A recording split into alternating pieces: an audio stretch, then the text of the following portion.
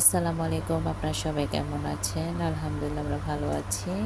আপনাদের সবাইকে জানাই ঈদ মোবারক।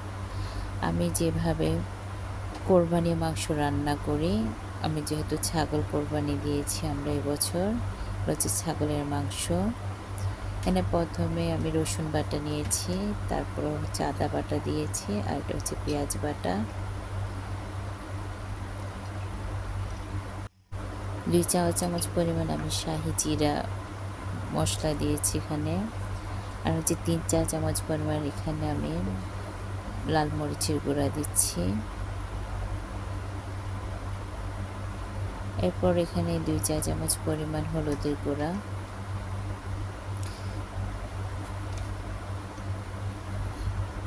তারপরে এখানে আমি ৩ চা-চামচ পরিমাণ ধনিয়া মসলা দিচ্ছি। এরপরে ৪টা তেজপাতা দিয়েছি।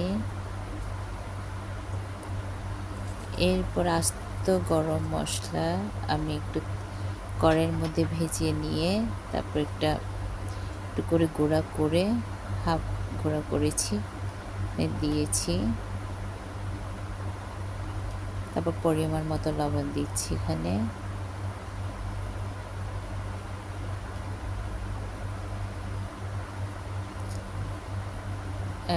সয়াবিন তেল দিচ্ছি।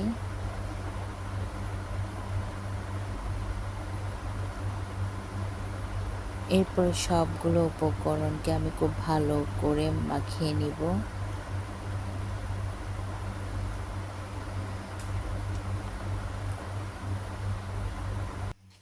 ভালো করে মাখিয়ে নেওয়ার পর আমি এটাকে চুলায় বসিয়ে দিব। এটা যেহেতু ছাগলের মাংস, তাই আমি এখানে কয়েকটা কাঁচামরিচ আর অল্প পরিমাণে নারিকেল ব্যবহার করেছি। আর মাংস সিদ্ধ হয়ে এসেছে। মাংস সিদ্ধ হওয়ার পরে দেখতে ঠিক এরকমই হয়েছে। আজকে পর্যন্ত, আল্লাহ হাফেজ।